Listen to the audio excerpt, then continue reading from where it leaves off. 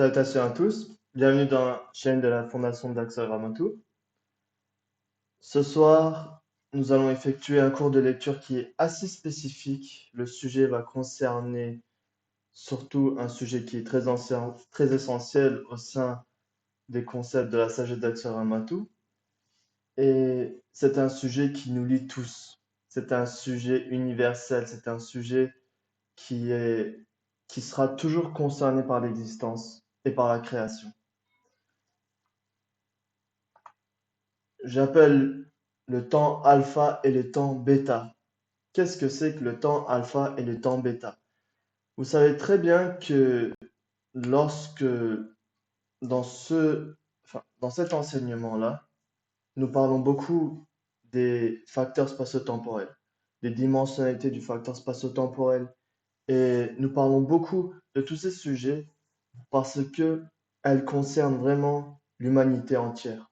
Elle concerne la planète entière, elle concerne l'univers entier, elle concerne vraiment toutes les structures spatiales, toutes les structures qui existent parmi l'existence et la création. Avant de commencer la lecture, j'aimerais préciser une petite chose concernant les facteurs spatio-temporels. Chaque être vivant sur la Terre noyau qui est en forme au sein d'une forme biologique, qui est en mouvement au sein d'une forme biologique et qui administre aussi une forme biologique, est à tout prix en réaction avec une certaine dimensionnalité basée à une certaine et d- euh, fréquence d'être et de stabilité appartenant au facteur spatio-temporel qui lui concerne. Par rapport à quoi? Par rapport justement à son propre programme. Chaque être sur la Terre noyau, qu'importe sa forme, que ce soit au sein d'une forme animale, que ce soit au sein d'une forme végétale, au sein d'une forme minérale, atomique, toutes les microconsciences sont à tout prix assujetties à la loi de la compatibilité temps, local et forme. Sans ces justement, sans ces trois aspects-là du Kumas, les dimensions ne pourraient jamais survenir.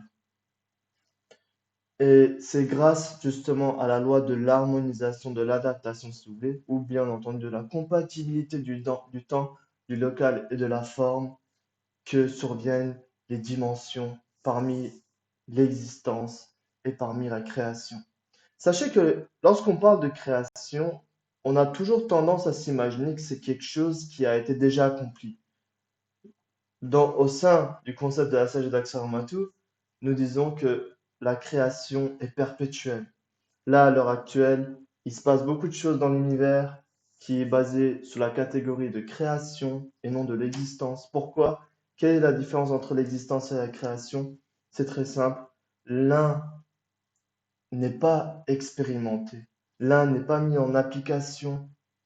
L'autre, justement, pour la création. Lorsqu'on parle de création, on parle de la mise en application de l'information, de l'énergie du Kumas au sein d'une dimension spécifique qui appartient au programme doté dans les particules temporelles du Kumas. Donc le temps joue un rôle énorme sur le local et la forme. Il joue un rôle de dirigeant, un rôle modérateur. Et ce rôle modérateur, il lui est attribué par justement les dimensions oméga, par les systèmes technologiques mères divines oméga, afin de pouvoir propager les ondes des facteurs spatio-temporels au sein d'une certaine stratégie, enfin au sein d'une coordonnée stratégique d'un certain point dans l'univers. Dans l'univers noyau, on parle. Bien entendu, l'univers noyau reste très restreint par rapport aux autres dimensions que l'on prénomme justement les unions mini-atomiques qui sont constituées de 1799 univers parallèles et un seul univers noyau dans lequel nous nous situons tous. Donc, chaque être, chaque conscience, ou avec ses possibilités, lorsqu'ils sont transférés sur la Terre noyau, qu'est-ce qui se passe? Ils sont en réaction avec une certaine dynamique appartenant à un certain facteur spatio-temporel qui appartient à la Terre noyau. Nous voyons ici, dans le schéma, que la vie, enfin l'impression de vie et de mort pour la conscience, en vérité, la mort n'existe pas pour une conscience éveillée. Pour les consciences qui sont basées sur le niveau de prise de conscience clôturé, c'est-à-dire voilé, assombri, codé, bien entendu, ce sujet-là, ce concept-là existe. Et c'est un sujet assez délicat à discuter, surtout là, dans les moments qu'on vit à l'heure actuelle. Pour la conscience, il n'y a pas de limite, en vérité. La conscience est éternelle, d'où elle reçoit son éternité par les vibrations divines auxquelles elle a été émergie, auxquelles elle a été constituée, auxquelles elle a été conçue, chers amis. Et ces vibrations divines sont issues de la dimension vibratoire oméga, c'est-à-dire la dimension d'Atlantara. Lorsqu'on parle du facteur spatio-temporel alpha, nous parlons tout le temps de l'illusion, c'est-à-dire de l'illusion dans le temps, l'illusion dans le local et l'illusion dans la forme. Pourquoi on parle d'illusion? Tout simplement parce que elles n'ont pas une énergie stable en vérité. Pourquoi? Parce que petit à petit, dans le temps, elles se dénigrent. Et rien ne dure, ne perdure éternellement, surtout dans les formations à la catégorie vibratoire dimensionnelle alpha. Tandis qu'à bêta, le temps bêta, le facteur spatio-temporel bêta est encore différent. Pourquoi? Parce qu'il y a une stabilité entre chaque période temporelle. Je m'explique.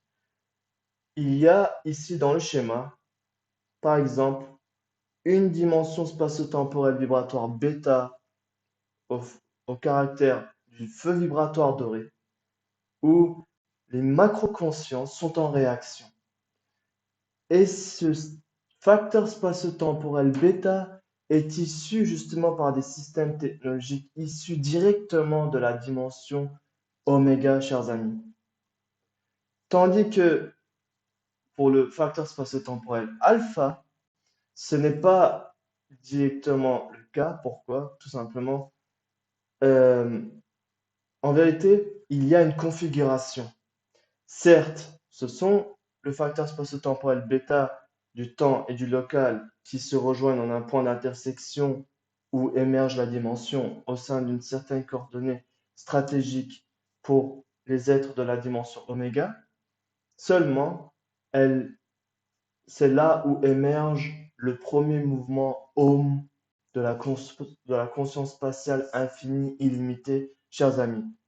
C'est-à-dire que c'est à partir de là que la dimension de la création débute. C'est à partir de là que la dimension de création émerge de la plus petite et la plus basse fréquence qui existe parmi toutes les dimensions infinies, illimitées, qui se trouvent au sein des coordonnées de la conscience spatiale infinie, illimitée.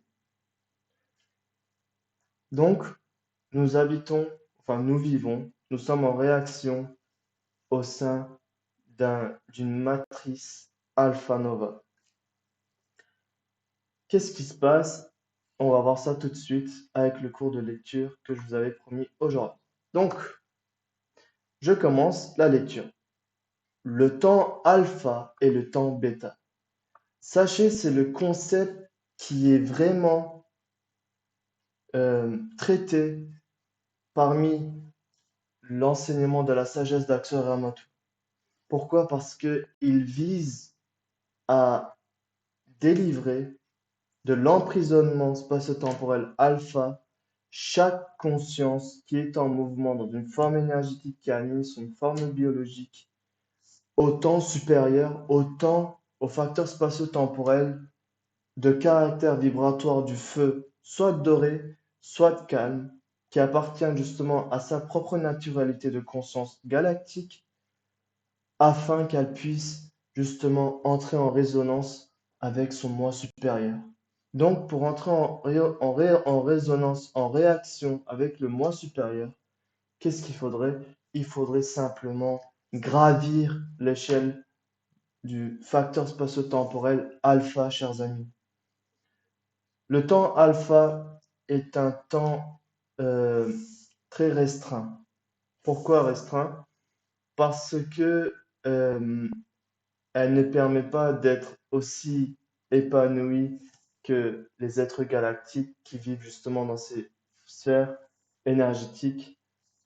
Mais bien entendu, là-dedans, il y a beaucoup de concepts. Je vais commencer maintenant la lecture. Alors, le temps alpha et le temps bêta. Là, on va parler des définitions par rapport à ça. Qu'est-ce qui a été dit? Les valeurs vitaux comme le temps bêta, le local bêta, sont des formations conçues à partir de pores au caractère de feu et non de lumière. Je vous le rappelle tout de suite. Non de lumière. Le temps à caractéristiques dimensionnelles vibratoires luminiques mobiles est justement constitué par des particules énergétiques de lumière. Je continue. Et celle-ci est ouverte à la double polarité. C'est pourquoi on parle de fausse lumière dans certains registres médiumniques. Donc, les valeurs vitaux comme le temps bêta, le local bêta sont des formations conçues à partir des pores des sériscomes au caractère de feuilles, mises en place par l'introduction des besoins en relation avec l'évolution bêta. Je vous vois venir en me demandant, Yosura, est-ce que le facteur évolutif bêta existe sur la Terre? Non. Bien entendu, elle existe. Elle est beaucoup plus présente, surtout dans les dimensions de l'intra-terre, c'est-à-dire chez les peuples d'Agartha, d'Azlantas. Là-bas, nos semblables vivent dans une forme à 12 hélices d'ADN et vivent dans des dimensions qui sont constituées par un champ de force cyclonique qui appartient exactement comme au champ, comme au champ cyclonique, champ de force cyclonique au caractère doré appartenant justement à la Confédération galactique ou à toutes les dimensions qui sont liées à la Confédération galactique. Notamment, il y en a sur Mars, il y en a sur Vénus, il y en a dans tous les objets stellaires, il y en a vraiment dans tous les objets spatiaux. Seulement, elles sont tous ouvertes à la double polarité. C'est-à-dire que lorsque vous vous rendez avec votre forme énergétique au sein d'une base technologique, il y a absolument un facteur d'adaptation à traverser. Ce facteur d'adaptation est effectué grâce à la configuration de vos chakras, de vos consciences, chers amis. C'est-à-dire, vos chakras renferment le secret pour s'adapter au sein des dimensions spatio-temporelles infinies limitées où vous pouvez justement exercer tout en vivant sur la Terre noyau, comme la plupart de la majorité sur la Terre noyau, comme tout le monde, mais vous pouvez vivre aussi en même temps votre évolution en exerçant des missions dans les dimensions énergétiques à haute vibration. Et vous pouvez, sur la Terre noyau, grâce à ces missions, non seulement faire bénéficier à vous ces expériences qui sont à de grands spectres, beaucoup plus grandes que celles que vous vivez sur la Terre noyau, que l'on vit sur la Terre noyau, et surtout, vous pouvez enrichir votre possibilité de conscience, vous pouvez enrichir votre possibilité, comme je vous l'ai dit, afin que vous puissiez la cultiver. La cultiver tout en l'expérimentant, c'est ce que l'on appelle, nous, au sein du concept de la sagesse d'Axo Ramatu, creatium, c'est-à-dire la création. la création d'essence. Yuname creat cum. La création d'essence, chers amis, c'est vraiment le but ultime de l'existence de la Terre noyau, du programme de l'existence de la Terre noyau, du programme de navigation de la Terre noyau et du programme de la création de la Terre noyau. C'est vraiment le but ultime. C'est la mobilisation des possibilités galactiques tout d'abord, afin de pouvoir rejoindre un critère de maturité macro sur la Terre noyau.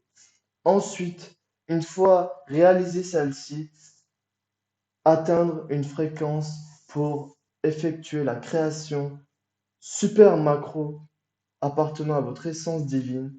Et c'est ce qui est le but ultime. Ce n'est pas en soi la création galactique qui est le but vraiment ultime. C'est la création de vous en tant qu'être humain divin d'Atlantara. Et bien entendu, pour ceci, il faut faire beaucoup de programmes et ça, j'en parlerai au fur et à mesure des vidéos. Donc, je continue la lecture, chers amis.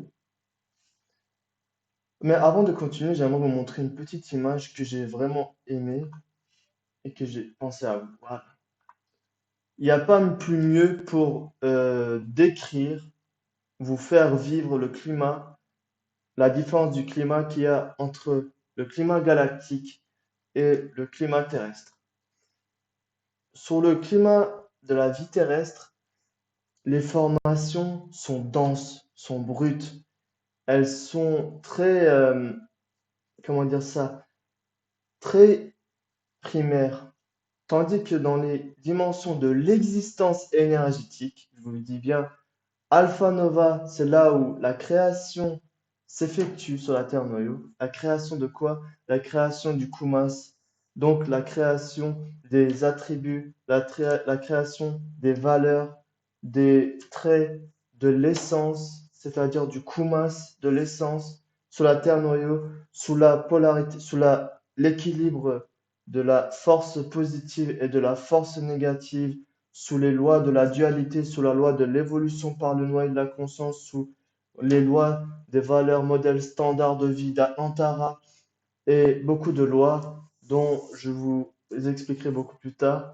Tout ça pour vous dire, chers amis, que sur la Terre noyau, évidemment, le programme de navigation de la Terre noyau contient aussi en elle le programme de navigation bêta de la Terre noyau.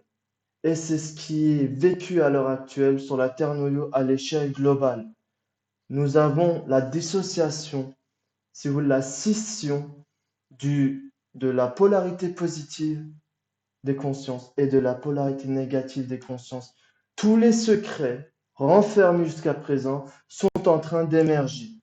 Et de cette émergence va s'effectuer la scission des polarités sur la Terre noyau. Et c'est ainsi que la moisson principale va justement se passer. Donc, chers amis, ce qui est visé, c'est à tout prix, au minimum, vraiment de façon à respecter les critères du modèle standard de l'humanité universelle, la création bêta de la Terre noyau.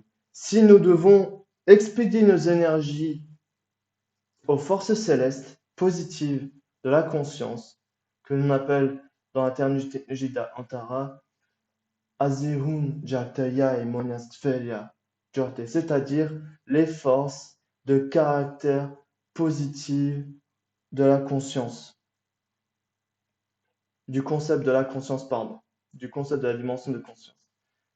Cela, justement, travaille pour, conformément au concept de la dimension du service d'autrui et sert le divin, c'est-à-dire la dimension oméga ainsi. Je vous le rappelle que Orion, Lucifer, ne sert pas comment dire ça, le désir absolu de la dimension oméga. Il sert seulement son propre compte pour avoir beaucoup plus d'expérience, etc., etc. Donc, chers amis, nous voyons ici que dans les dimensions bêta, Il y a aussi des animaux galactiques, il y a aussi des minéraux galactiques. C'est vraiment, dans les registres religieux, elle a été traduite, enfin, ce genre de planètes énergétiques ont été traduits comme les planètes paradisiaques. Ifradiya, Gezeginia, les planètes paradisiaques. Et justement, les atmosphères dorées, du feu doré, les atmosphères du feu vibratoire argenté, de la sérénité, etc. Tout cela sont bien entendu conçus aussi à partir des bases technologiques, grâce aux énergies artificielles qui sont issues de la dimension oméga, afin de assurer l'intercommunication, la synchronisation, la synergie, la résonance de toutes les bases technologiques qui existent au sein des dimensions spatiales, des dimensions de la conscience spatiale infinie illimitée. Des dimensions infinies illimitées. Vous imaginez? C'est-à-dire que ça ne concerne pas seulement l'univers noyau, ça concerne tout l'union atomique, c'est-à-dire le système GIOS, qu'on prénomme Kutia Tunari. Et c'est grâce à toute cette organisation hiérarchique d'Oméga qui se traduit de la plus haute fréquence vibratoire de la conscience à la plus basse, c'est-à-dire le noyau, c'est quoi? C'est la dimension de l'univers noyau, c'est-à-dire la caractéristique dimensionnelle alpha, luminique mobile. Imaginez qu'en haut, il y a le son, oméga, au milieu, il y a le feu, bêta, et tout en bas, au noyau, c'est là que la dimension de la dynamique de création des consciences commence à émerger. Et c'est là que toutes les consciences qui se situent dans les dimensions de l'existence bêta, de l'existence active bêta ou gamma, c'est-à-dire dorée, qu'est-ce qu'ils font? Ils se mobilisent tous, tel justement euh, la fécondation, ouais, ce qu'on appelle ça le processus de fécondation d'un spermatozoïde dans un ovule, viennent sur la Terre noyau pour compléter une création, chers amis. C'est une analogie que j'ai osé utiliser parce que ça concerne, selon le concept de la sagesse d'Axor-Ramatou, toutes les dimensions infinies et illimitées où règnent les vies, enfin les existences dimensionnelles énergétiques, vibratoires dorées, du feu doré ou du feu calme. C'est pourquoi ils viennent tous sur la Terre noyau, qu'importe de quelles coordonnées spatiales d'où ils sont issus, ils viennent sur la Terre noyau pour compléter leur programme. Il y a un programme intégral qu'on prénomme le programme expérientiel, évolutionnel, missionnel au sein, au nom, au nom des essences divines, chers amis, des essences galactiques, etc., etc. Donc, c'est ce que je peux vous dire pour vous concernant cela. Je continue ma lecture. Les, ouais, je continue. Les valeurs vitaux.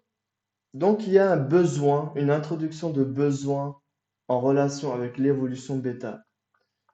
L'évolution bêta a un spectre qui est beaucoup plus large, un spectre expérientiel, évolutionnel, missionnel, beaucoup plus large, beaucoup plus complexe que le spectre expérientiel, évolutionnel, missionnel alpha, chers amis.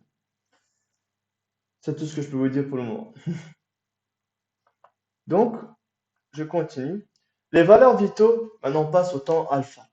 Les valeurs vitaux comme le temps alpha, le local alpha, la forme alpha sont des formations conçues à partir de pores aux caractéristiques luminiques mobiles mises en place par l'introduction des besoins en relation avec l'évolution alpha. Je vais continuer encore la lecture.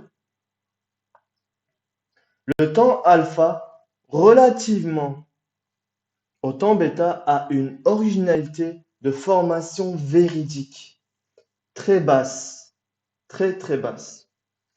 Par contre, l'originalité des formations relatives sont très élevées.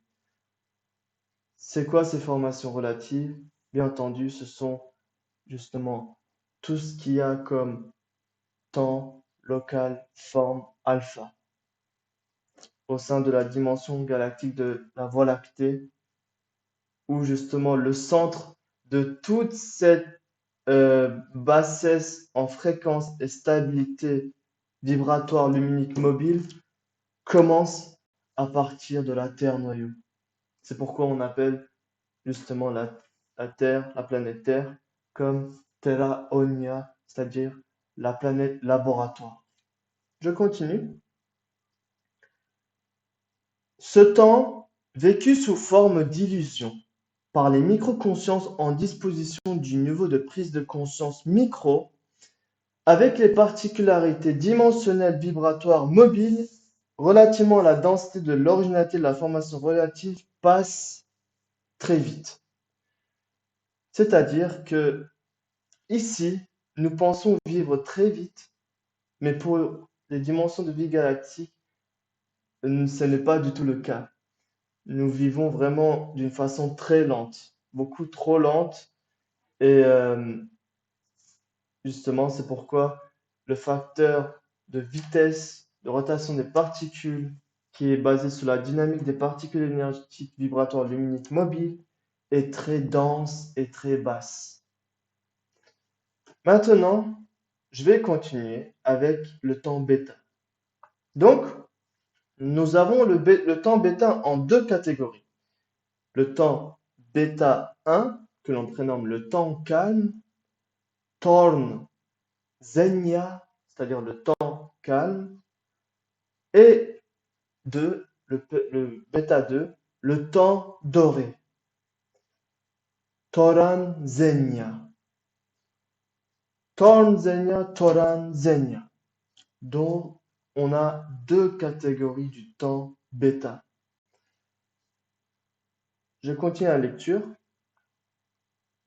En étant déterminé par deux aspects en disposition, passe calmement relativement à la concentration de l'originalité de formation. En d'autres termes,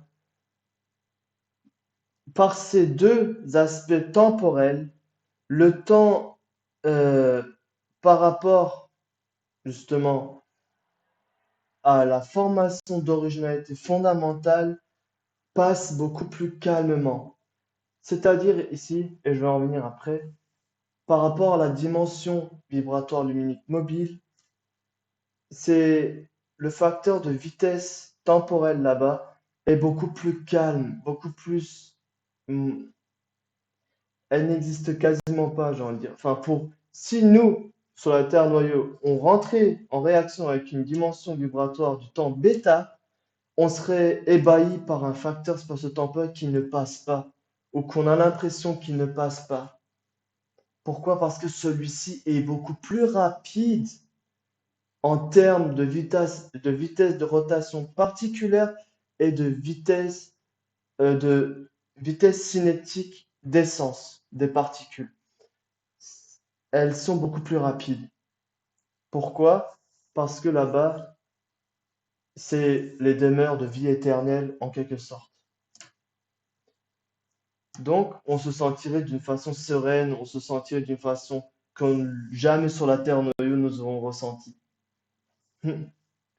Et c'est ainsi que dans les dimensions de vie galactique, les consciences vivent leur mysticité. Sur la Terre noyau, qu'est-ce qui se passe? Les basses fréquences vibratoires, ensuite les problèmes, ensuite beaucoup de choses qui a justement trait avec nos personnalités d'adaptation terrestre, que ce soit pour les objets que l'on somme en interaction, ou les sujets, ou les événements.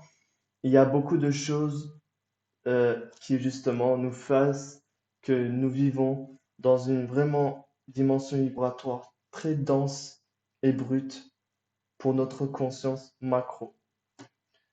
Donc, je continue, chers amis. Le calme ici, c'est-à-dire la stagnance, ou je préfère dire le calme. Torn, le calme. Ici, ou si vous voulez, argenté. Il y a plusieurs sens. Dans la langue Hanzé, il y a certains mots qui ont vraiment plusieurs sens. Par exemple, on peut dire torn pour dire argenté. On peut dire torn pour dire calme. La conversion des sens super d'origine fondamentale à un sens illusoire ou relative n'est pas vraiment très compatible. C'est pourquoi on essaie de donner au maximum afin de vous faire ressentir le climat qui vit là-bas. Donc, qui réside là-bas.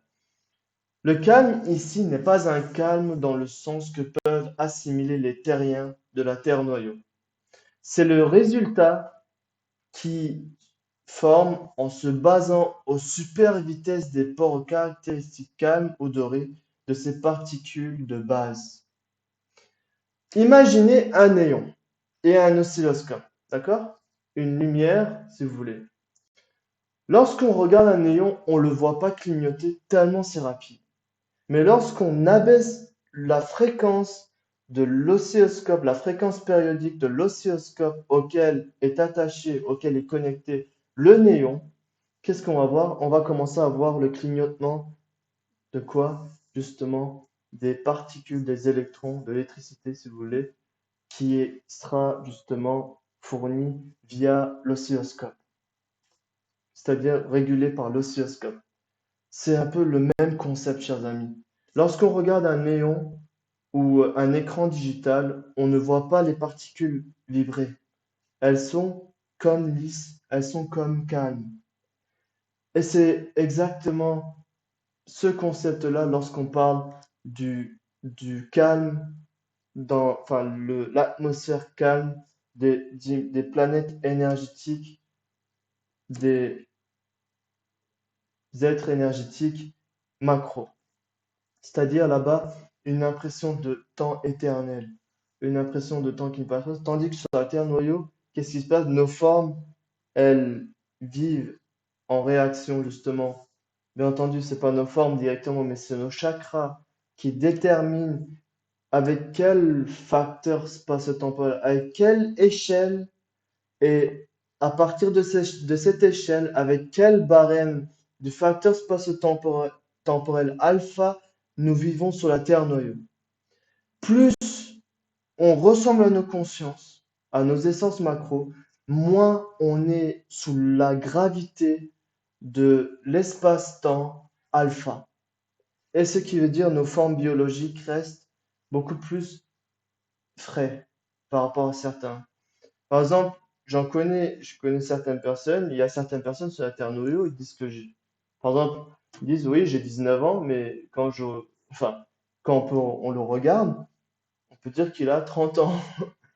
Pourquoi? Parce que c'est vraiment en relation avec les chakras, avec le déploiement de l'énergie temporelle appartenant justement aux coordonnées spécifiques du facteur spatio-temporel alpha de la conscience. C'est ça justement qui joue le grand rôle, chers amis.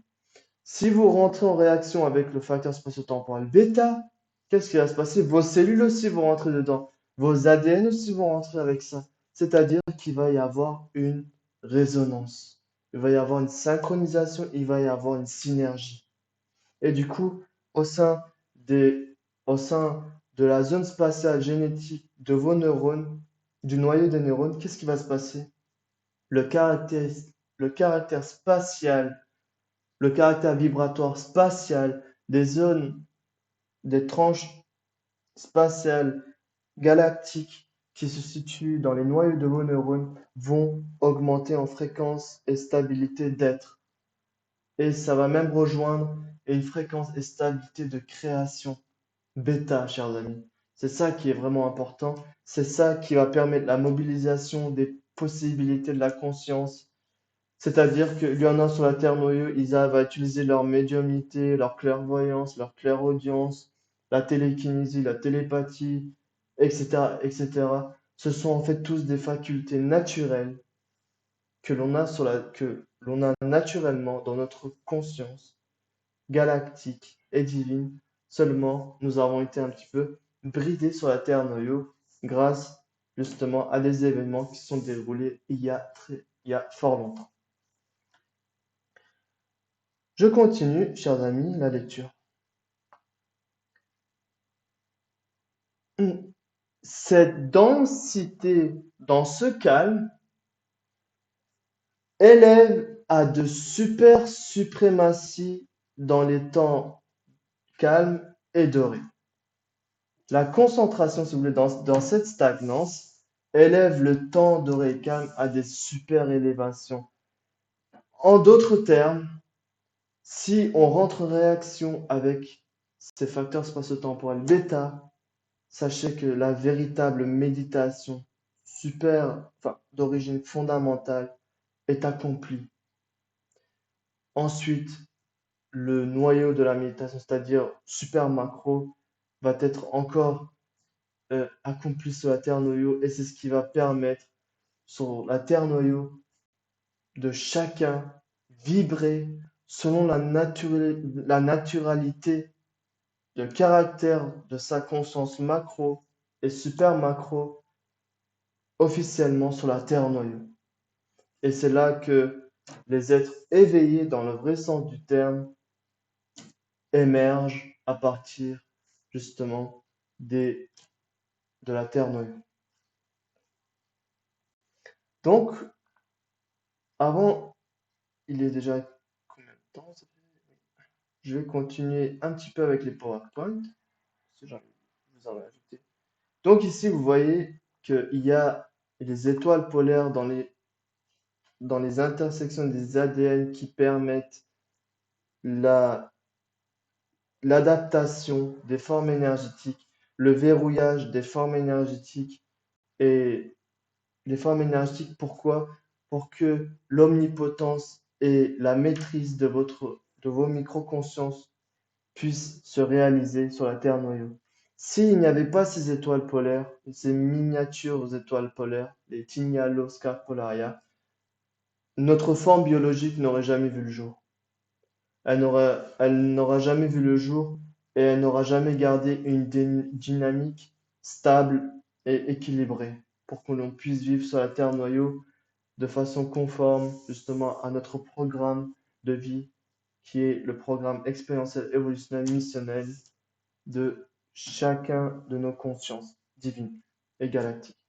Donc, j'ai dessiné à côté un croquis où on parlait justement que depuis le 21 décembre 2012, la Terre noyau est rentrée en réaction avec la bande temporelle hélicoïdale commun et calme bêta, doré et calme bêta. Donc, si la Terre noyau est entrée en réaction avec ce temps, avec cet espace-facteur spatio-temporel, nous aussi, avec ce temps justement bêta, sur la Terre noyau, les consciences peuvent aussi rentrer en réaction avec les bandes, avec l'une des périodes qui correspond à une certaine fréquence d'être et stabilité de leur conscience en étant sur la Terre noyau grâce justement à la résonance, à la réaction, la résonance, la synergie et la synchronisation vibratoire qui est en compatibilité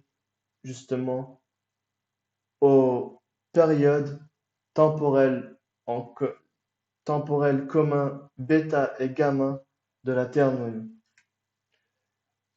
Chers amis, je vais m'arrêter ici pour ce soir. Il y a beaucoup de choses à discuter, certes, mais je préfère vraiment vous donner l'essentiel d'une façon efficace, nette et précise.